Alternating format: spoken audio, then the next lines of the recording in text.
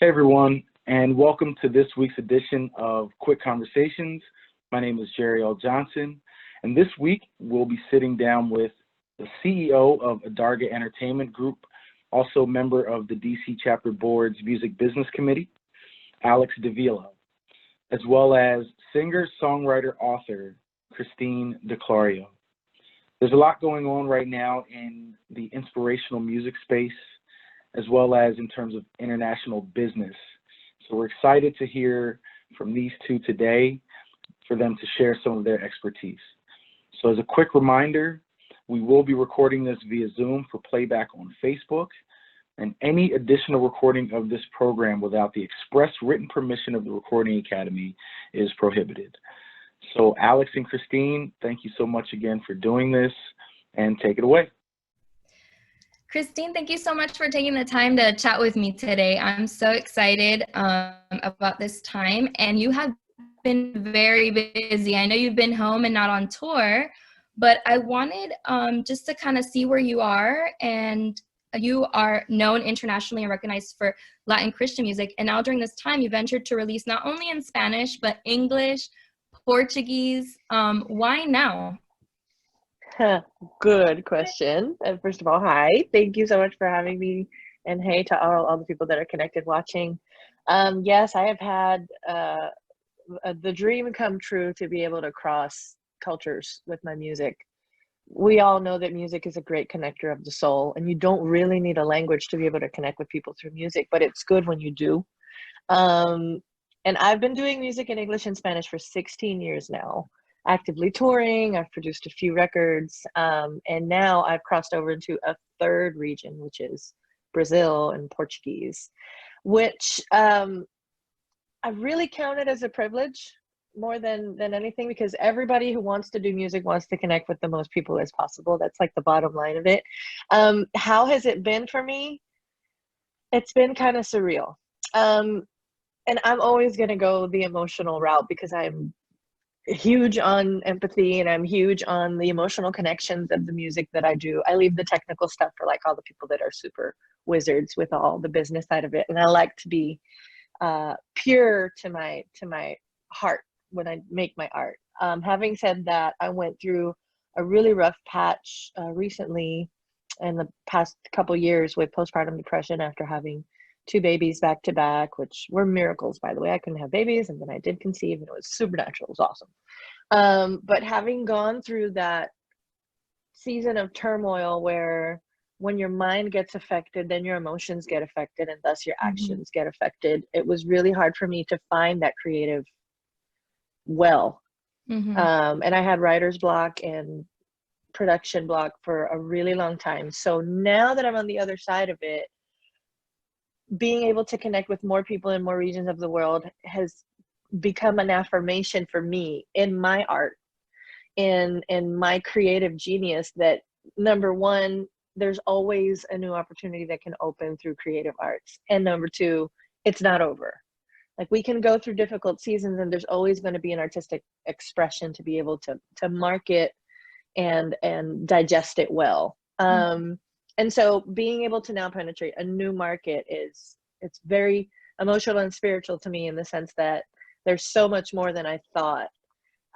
When I thought my life was over as I knew it, it wasn't real. And music helped me to be able to express that and now celebrate that, if that makes any sense. So that's kind of what it feels like inside of me as a business owner and as an entrepreneur and on the business side of things. I mean, it's everybody's dream to grow. Especially in music. And so to me, it is really, really special to be able to connect not only with the fans, but also to connect with more people in production and in creative arenas, more songwriters, people with different cultures, people that sing in different genres, be able to join them together to create amazing music. It's just magical.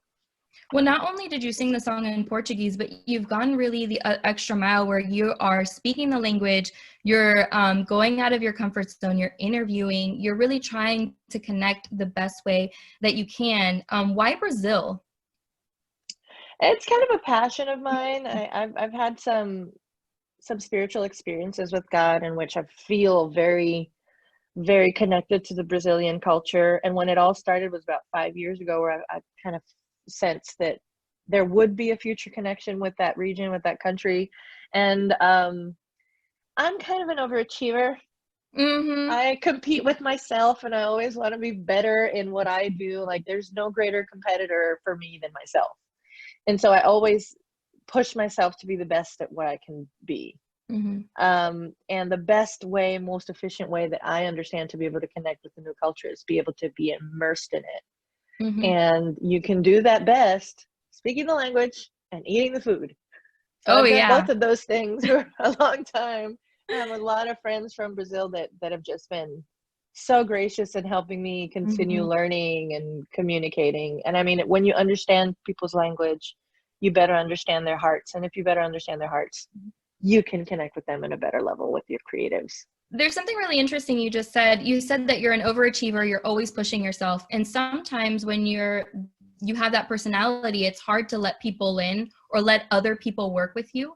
But I have seen that completely different from you in the sense of, not that you're not an overachiever, but you've allowed us to be a part of your team and you're very much involved.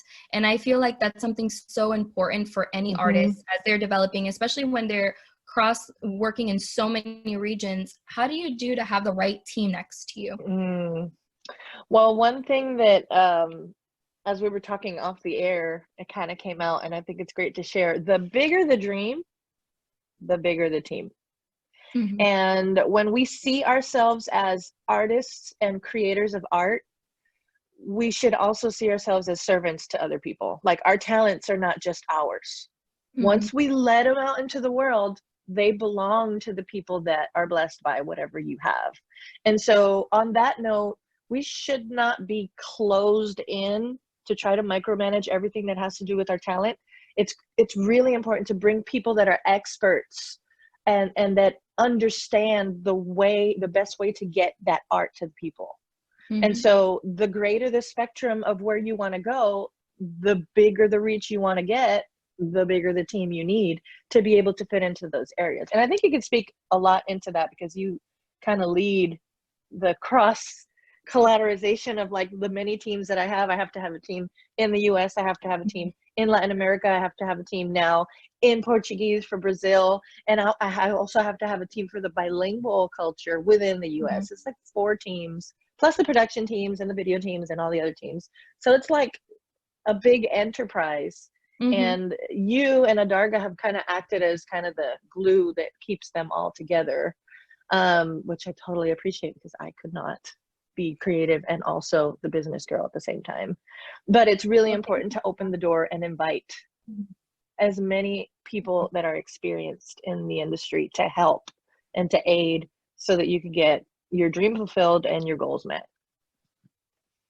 Absolutely. I think that one of the things that we've been successful in is just really working with on the ground teams, just as much as digital is important and working all that aspect, DSPs, all of that goes together, but also that regional aspect of knowing the culture, knowing the people that work on the ground there have really helped us to understand what do they need and how do we get to that consumer. So I think that's been our number one thing, and finding people that we can trust on those grounds, and also developing them to know how to work on how we work on where your heart is, where you want to do with your career, and we expand that to our teams on the ground. So I think that's one of the things that has been very successful about our dynamic, and that open communication. I think communication is so key, just always being honest when something doesn't go right or when something goes really well. If we're you able can to never over communicate. That is non-existent in the industry. Say everything you need to say and let it be communicated. It is very important that everybody's on the same page. Yeah, absolutely. And so, I love that I'm surrounded by bridge builders, and that's a blessing for me. So one of the things that I also wanted to know, as we've been working together, we have really seen the connection with the fans. I mean, we're getting emails, and people are just really connected with, for example, the latest single, Loco Amor, Crazy Love. How do you connect from region to region with so many different personalities and fans? I think social media is key for that. especially the era that we're living in where everything is so digital. People listen mostly to music on digital, watch videos on digital. They communicate on digital too. And that's just a great platform to be able to connect with them. I have been connected with my fans since the MySpace days. Mm-hmm. I remember sitting down, going through my inbox and answering every single letter or request or message. And I still take the time today to like sit down and like go over comments and answer people. That's important to me, because I might be the speaker, but they're the ones that are listening to Mm-hmm. whatever is coming out of me. And if they're not engaged with what I have to say, Mm-hmm. the message goes out into nowhere. And again, we want to be able to connect with people at the biggest scale available, especially when we have a message of hope and of joy and of good, blessed things, that we want people to be able to grow and feel inspired with our music and with our art. It's very important to connect with them. So social media has been key with me. I don't remember the last time that I connected over email. That's even gone. That's what I'm doing. So we take all of Christine's emails, we answer all of them, literally all of them. And I think that's been really important too, where people, maybe we're not able to do every request, but we acknowledge them. And I feel like that's something that has been really important in your career, and what Grace House does, what Christine DeClario does, is you acknowledge people because you know that each person is important. And that's why you have your team to help you in that process. One of the things that I was also thinking as we were talking is, not only do you connect with the fans, but you're connecting with the artists that work in that region. I mean, you've connected with so many of the local artists that are also making bridges into Latin America and the US. How has that been, doing those collaborations? Amazing. There's one thing about me that I love, and is that I have the ability to see beauty and greatness in other people. And I really enjoy acknowledging that. I really enjoy praising others for the good things that they do. And so that is such a door opener, not just to be able to make artistic collaborations, but to be able to establish relationships. I think that talent is maybe 10% of the equation when you're going to be a successful artist. The other 90% is relationships and good work ethic.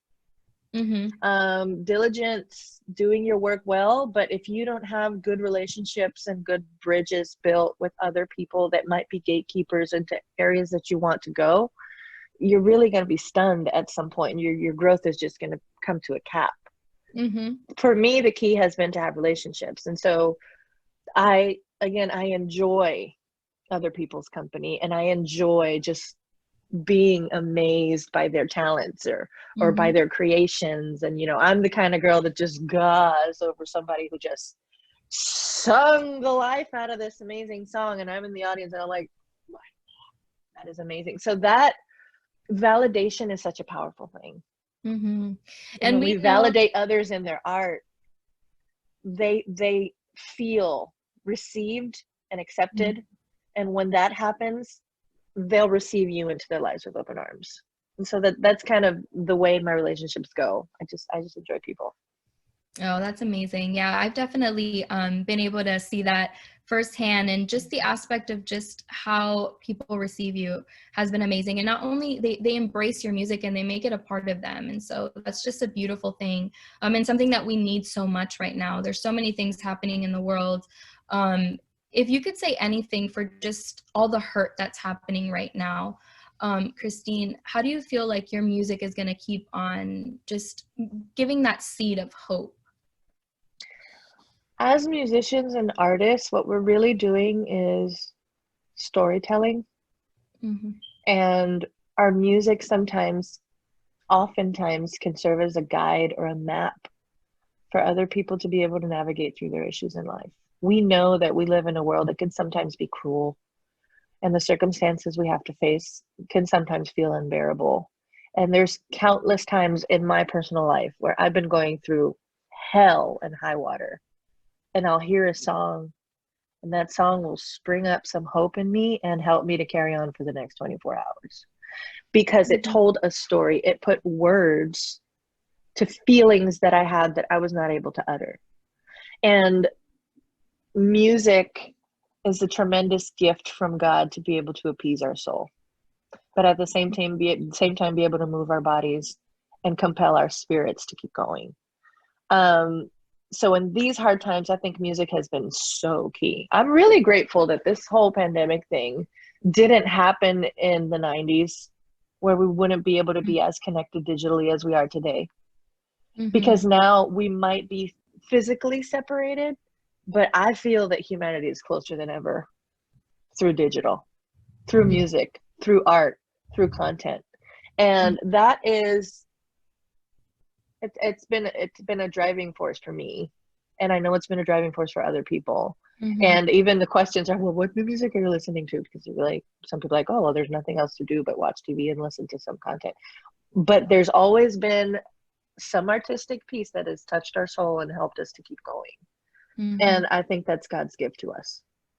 Absolutely. Well, thank you so much for this time again. And I'm so glad we were able to talk a little bit about what you're doing in music and how just working as a team, how we're going to continue to work as a team to build your career. And it's so important for other artists to hear this, because sometimes they feel alone or they feel that they can't trust anybody. And that trust takes time to build. So I think that you are a witness, you are a example of when you have the right team, things can flourish. And you know how it is, ups and downs, not having the right people in your life to having the right people in your life. And so I'm glad that at this point, Adarga can be a part of that. And we have been for a long, long time. So it's a blessing to work with artists like you. You guys are my dream team. We got this. I mean, and plus girl power. I just needed to put that in this live. Just, you know, as women, sometimes it's really hard to have our voice, but I feel empowered to work with an artist like you that empowers women and is the #1 advocate for a lot of us. So thank you. Us girls got lots of power. Get it right, guys. Thanks, Christine. Thank you. Take care, guys.